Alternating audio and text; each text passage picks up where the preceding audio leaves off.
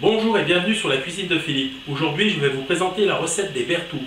Les bertous sont une recette traditionnelle au savoyard de la région d'Abondance et du Chablais. Pour la réaliser, il vous faudra 150 g de fromage d'Abondance. Donc l'Abondance se reconnaît par son talon qui est concave. Donc c'est un fromage du Chablais. Donc après, il vous faudra 1 kg de pommes de terre. J'ai pris les rates ici, donc qui sont des petites pommes de terre. Il vous faudra 4 cuillères à soupe de vin blanc sec. L'idéal, c'est du vin de Savoie, bien entendu. Il vous faudra 4 cuillères à café de vin de Madère, du poivre, de la muscade et une gousse d'ail. Et bien sûr, des petits caclons. Première étape, la cuisson des pommes de terre. Donc piquez-les toutes à l'aide d'une fourchette et cuisez-les à l'ultra-cuiseur, donc en robe des champs, pendant 10 minutes à compter du chuchotement de la soupape. Étape suivante, donc on va frotter les caclons avec la gousse d'ail.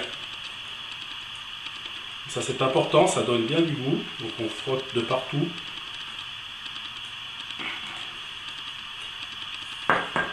Lorsque vous aurez bien frotté vos petits caclons, vous répartissez l'ail émincé de façon égale dans chacun des petits caclons.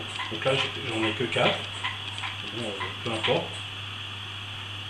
Voilà, j'ai mis que la moitié là parce que la gousse d'ail était vraiment grosse pour éviter que ça donne vraiment trop de goût.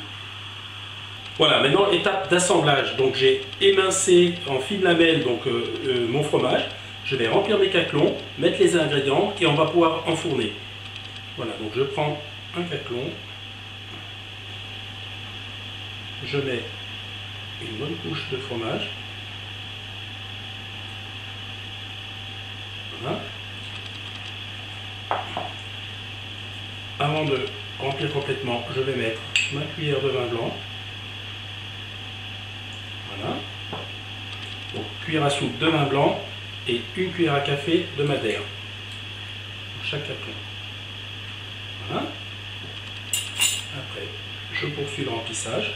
Je passe un petit peu.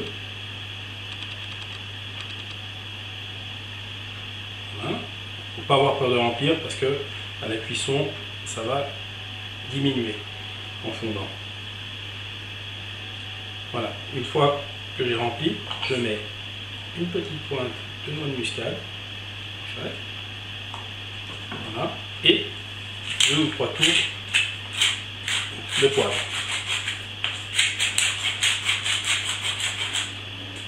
Voilà. Voilà, maintenant, donc, notre bertou est terminé, il est prêt à être enfourné. Donc après, on met au four préchauffé, 210-220 degrés, pendant 8 à 10 minutes. Et voici le résultat final. Donc le bertou est tout chaud, il faut le manger donc avec des pommes de terre, du pain et un peu de charcuterie. Vous verrez, c'est vraiment délicieux. Donc voilà, moi je me suis encore éclaté à vous présenter cette recette. J'espère qu'elle vous a plu. Si elle vous a plu, pouce bleu et abonnez-vous à la chaîne et partagez sur vos réseaux sociaux préférés. Sinon, moi je vous souhaite une très bonne fin d'année et je vous dis à très bientôt sur la cuisine de Philippe pour de nouvelles aventures culinaires. Ciao ciao!